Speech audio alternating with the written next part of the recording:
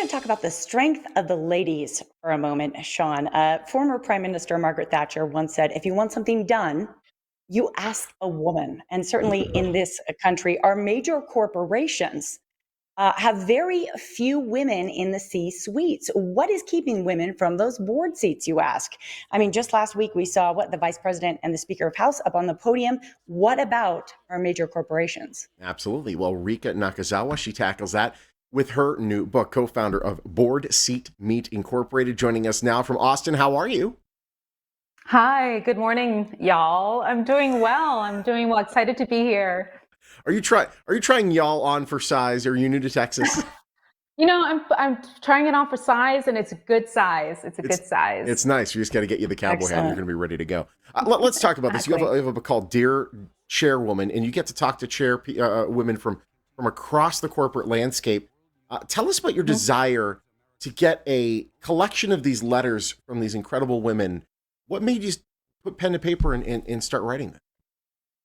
Yeah, I didn't think I was going to write a book at this stage, but what happened was I was doing some initial research for the startup Board Seat Meet and really trying to understand what was going on with getting more women into the boardroom. And as I was doing the research, I had a young woman who was working with me as an intern. Her father is a friend of mine. She was a senior in high school, and he said, please give Katie an internship in her senior year. I said, absolutely. And I just saw her transform as we were doing the work and talking to women who are on boards. And at the time I was thinking, oh, so casually, somebody should get these stories out there because nothing motivates more than the power of the story. And the other thing that I just wanted to call out is that the women that we were researching and talking to that were board chairs, so not just on a board, but were on board chairs, didn't use the term chairwoman. They used the term chairman, actually, the most frequently, and then chairperson or board chair. And I'm not here to genderize titles, but I just thought it would be great to collect these stories and turn them into letters as if they were dedicated, and they are dedicated to the women that are Katie, the next generation of women leaders,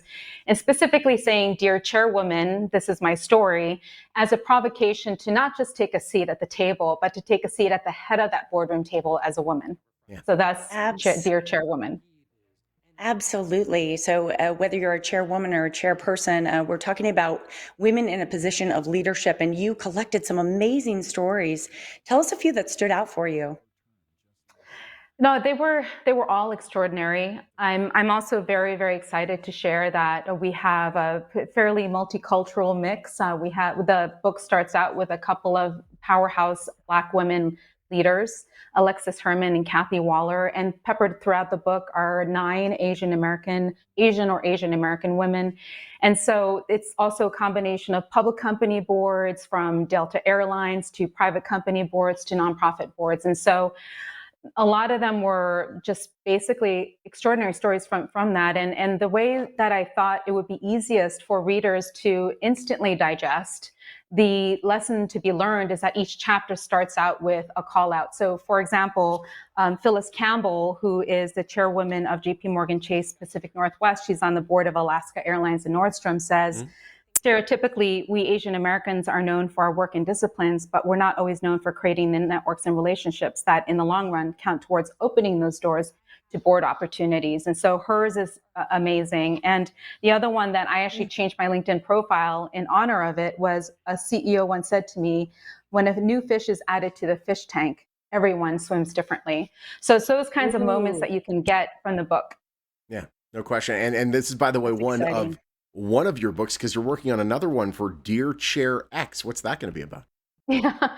So as I was meeting these phenomenal corporate leaders, I realized that there were so many stories still to be told. And certainly the work that we've been doing in Board Seat Meet is around bringing women into the boardroom, but also other underrepresented leaders. So I thought a natural follow-up would be to write a book called Dear Chair X, where the X is whatever it is to be, somebody who's LGBTQ, somebody who's disabled, somebody who is a person of color, male or female. And so that's the next book, is really the lessons that I learned from this one is going to feed into the next collection of stories, which is going to be board leaders who are people of color, LGBTQ, and other underrepresented groups. Awesome. Yeah. And, we all have something in common. We're people.